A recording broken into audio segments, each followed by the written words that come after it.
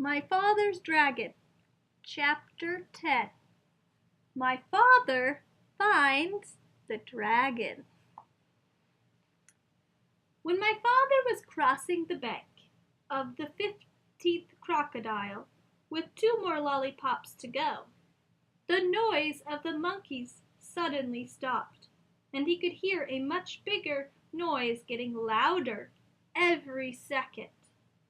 Then he could hear 7 furious tigers and 1 raging rhinoceros and 2 seething lions and 1 ranting gorilla, along with countless screaming monkeys, led by 2 extremely irate wild boars, all yelling, "It's a trick! It's a trick! There's an invasion and it must be after our dragon! Kill it! Kill it!" The whole crowd stampeded down to the bank. As my father was fixing the 7th lollipop for the last crocodile, he heard a wild boar scream, "Look! It came this way! It's over there now! See?" The crocodiles made a bridge for it. And just as my father leapt onto the other bank, one of the wild boars jumped onto the back of the first crocodile. My father didn't have a moment to spare. By now the dragon realized that my father was coming to rescue him.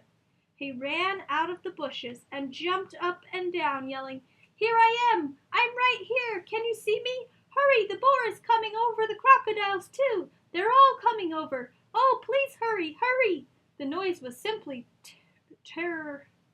It was simply terrific. My father ran up to the dragon and took out his very sharp jackknife. "Steady, old boy, steady! We'll make it! Just stand still!" he told the dragon as he began to saw through the big, huge rope. By this time, both boars, all 7 tigers, the 2 lions, the rhinoceros, and the gorilla, along with the countless screeching monkeys, were all on their way across the crocodiles, and there was still a lot of rope to cut through. "Oh, hurry," the dragon kept saying, and my father again told him to stand still. "If I don't think I can make it," said my father, "we'll fly over to the other side of the river and I can finish cutting the rope there." Suddenly, the screaming grew louder and madder, and my father thought the animals must have crossed the river. He looked around and saw something which surprised and delighted him. Partly because he had finished his lollipop, and partly because, as I told you before, crocodiles are very moody and not the least bit dependable, and are always looking for something to eat. The first crocodile had turned away from the bank and started swimming down the river. The second crocodile hadn't finished yet, so he followed right after the first, still sucking his lollipop. All the rest did the same thing, one right after the other, until they were all swimming away in a line. The 2 wild boars, the 7 tigers, the rhinoceros, the 2 lions, the gorilla, along with the countless screeching monkeys, were all riding down the middle of the river on the train of crocodiles sucking pink lollipops, and all yelling and screaming and getting their feet wet. Here is him freeing the dragon, and the train of wild animals going down the river, and all the lollipops. That is really funny. My father and the dragon laughed themselves weak because it was such a silly sight. As soon as they had recovered, my father finished cutting the rope, and the dragon raced around in circles and tried to turn a somersault. He was the most excited baby dragon that ever lived.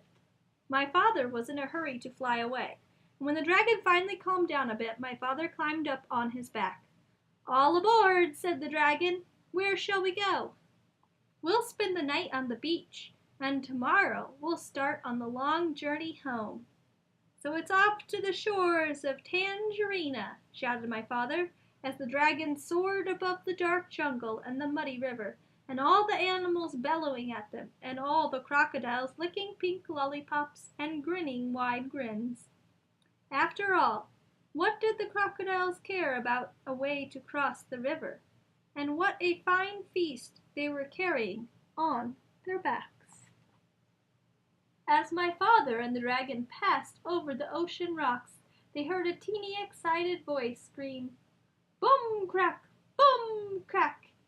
We need our dragon. We need our dragon." But my father and the dragon knew that nothing in the world would ever make them go back to Wild Island. The end. That is the best chapter at the end.